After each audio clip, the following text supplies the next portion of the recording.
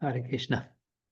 So the first warm-up into our hearing is actually to put focus on the pronunciation.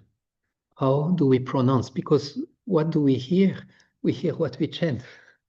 So if our chanting is like a bzzz, what can we hear? So the first step is actually to have a good pronunciation. I remember we had once a workshop, a Japa workshop with His Holiness Jayapataka Swami in Serbian camp. And Maharaj was stressing the importance that we chant fully, we chant full mantras. And Maharaj, we were all standing and we were chanting, and Maharaj was passing in front of every one of us and was listening our chanting. And then he was saying, you have to, Krishna, Krishna is not so clear. You improve there or improve here. And he was making really this point of hearing very carefully and pronouncing very carefully. And when you make the effort to pronounce, then you automatically have to hear. What am I chanting actually? Am I chanting like really proper? And to this, there is actually something there are two nice meditation that helps us to pronounce nicely. One is to connect that the holy name is Krishna himself. And when we don't pronounce himself nicely, it's like we don't treat him so nice. Almost like a pujari who will just like throw the plate, eat now, it's for you. It's so one thing that can be is to remember that the holy name is a deity, is Krishna himself. Therefore, we should like pronounce every name in a proper way, because this is the Lord directly. And the other one, it's interesting approach is to use some people are perfectionists, some people are fault finders. You can now use that to yourself and check out. You check yourself all the time. Am I chanting actually proper or I'm not chanting proper? So two different approach into the chanting, but the idea is at least now for 1 round, 1.5 round, try to pronounce it very nicely, and you have to hear what you pronounce. That's how the hearing becomes sharp. When you really pay attention, am I actually chanting the Maha Mantra, or like most of you know the joke, or am I chanting the mini mantra? That can happen. Okay, so we chant, and that's the first. That's a very good duty to the mind. Now I have to be careful. Yes. So you don't do it, no need to do it loud.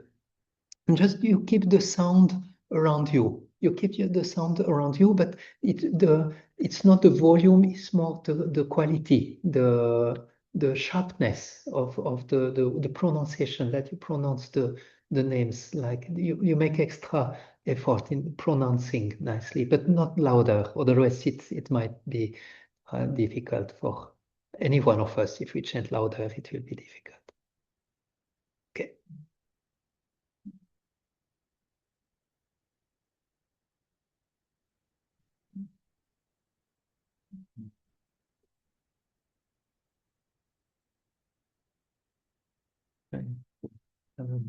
Yeah.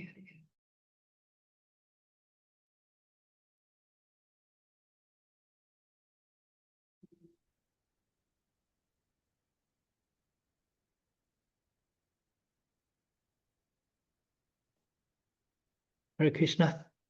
So the second inspiration, we will try to go a little bit more subtle and a little bit more in the level of the heart. My spiritual master sometimes gave a workshop where he was training us to hear carefully. So he would ask us to close our eyes, and he will make some different type of sounds. So he will take a page of his notebook and wrapped it. Then he will pour water in his cup. It will make different sound, and we will just have closed eyes, and we will need to be like very, very sharp listening and try to understand what it is. That was actually a nice experience. We have really we have five senses, and now we have really to make full power with the hearing process. And Prabhupada was once mentioning, try to hear yourself chant sincerely, which brings a little bit more on the level of the heart, to try to listen the sound of our voice and try to sense how much sincerely I'm actually chanting this mantra. And another approach for this careful listening is, I mean, I repeat a little bit myself here for those who are often in the meditation, but today I thought I make everything through the hearing in one presentation. But this is to remember that the name is non-different than Krishna, because Krishna is totally absolute. He's totally in a different sphere. So when we hear the holy name, because the holy name is non-different, it's also like purely transcendental name. And the nature of Krishna is that he is ever fresh, ever new. And because the name is non-different, every name by itself has this transcendental nature and might have a different flavor from one mantra to the other, so that we chant and we hear and we feel how this mantra sounds. This one is a new mantra. This is every mantra, like to feel like it's a new experience to hear that particular mantra and to hear it very carefully, trying to connect to the absolute nature of the holy name. So we try to get a little bit deeper into sharpening our hearing capacity. It goes more subtle.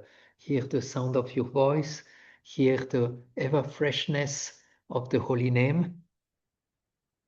Yeah, I think that's all.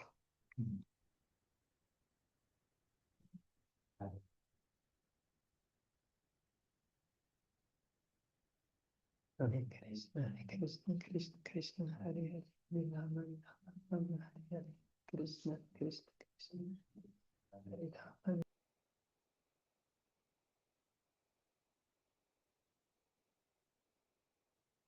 I was reading today a verse from Vrindavan Mamrita that explained that Radha and Krishna are wandering in the forest of Vrindavan out of curiosity.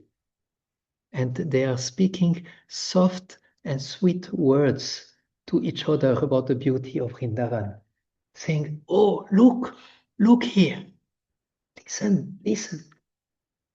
So this is also ever fresh, even though they know the forest of Vrindavan, but all the time is a new wonder. All the time is something totally new. Even when they meet each other, it's like the first time they are meeting. And I found this very nicely fitting to this when we approach the spiritual dimension, that we are open for this ever freshness. Not that we think, oh, it's all the time the same anyway. Oh, hey, all the mantra, what are you saying? All the mantra are the same. But to be open for entering into this spiritual dimension when everything is actually full of amazement, where everything is full of ever freshness, ever newness. And this is when we connect with the holy name, we are connecting with that dimension that is all the time new. So they should not be spoiled children and faithless person. That no. Yes. We can get access into this dimension by hearing the holy name. And the last inspiration for today is drinking with our ears, drinking the nectar with our ears. And here I have the favorite verse of Nitya Kishori from Rupa Goswami. I do not know how much nectar those two syllables, Krishna, have produced. When the holy name of Krishna is chanted, it appears to dance within my mouth. We then desire many mouths. When that name enters the whole of the ears, we desire many millions of ears. And when the holy name dances in the courtyard of the heart, it conquers the activities of the mind, and therefore all the senses become inert. So much nectar is there just in Krishna, just in one syllable. So what to say about a full Maha Mantra, which has also Rama and Hare inside. So much nectar is available in this holy name. It is even said that the sound of the Maha Mantra is so special that it is like the sound of Krishna's flute.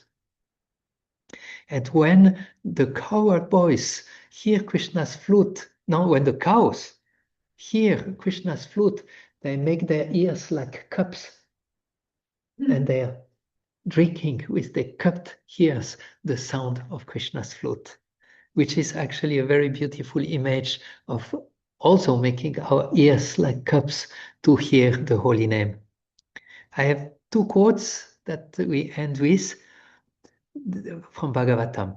The ears of the cows stand on end as they drink the nectar of this flute song, and their calves simply stand stunned. The milk they have been drinking from their mother's udders still in their mouth. The birds take shelter of the branches of the tree and close their eyes, listening to the song of Krishna's flute with rapt attention. And the next, this is from Chaitanya Charitamrita. The vibration of Krishna's flute is just like a bird that creates a nest within the ears of the gopis and always remain prominent there, not allowing any other sound to enter their ears.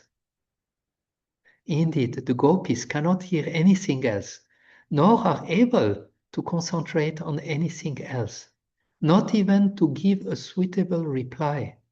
Such are the effects of the vibration of the Lord's flute.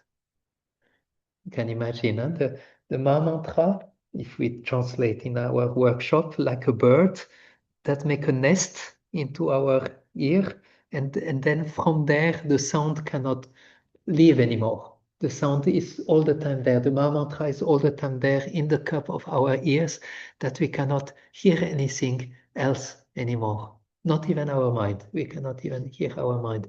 Just the sound of the mantra is there in our ears.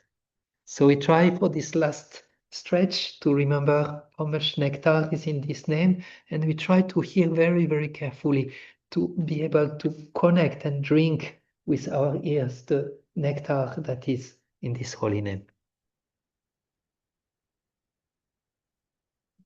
Hare Krishna, Krishna, Hare Hare, Hare Ram, Hare Ram, Hare Krishna, Krishna, Hare Hare, Ram, Hare Ram. Hare Krishna, Hare Hare, Ram, Hare Hare, Hare Krishna, Hare Hare, Ram.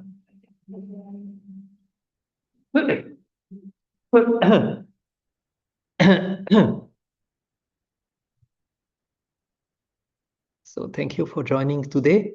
We were trying to make the experience of hearing something pleasurable. I hope it worked to some extent. Of course, we are still quite conditioned living entities, and it's not so easy to taste really the nectar of the holy name in our present stage. But when we hear Rupa Goswami saying that, we have trust that this is available. This is there. This is in the holy name.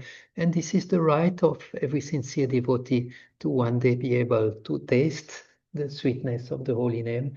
So we can also pray and look for it and can pray to the Lord, how much can I push on my own in trying to chant nicely? I do what I can from my side, but please help me. Please pull me a little bit. Please give me a little bit of this taste so that my eagerness and my determination and my desire for you increased.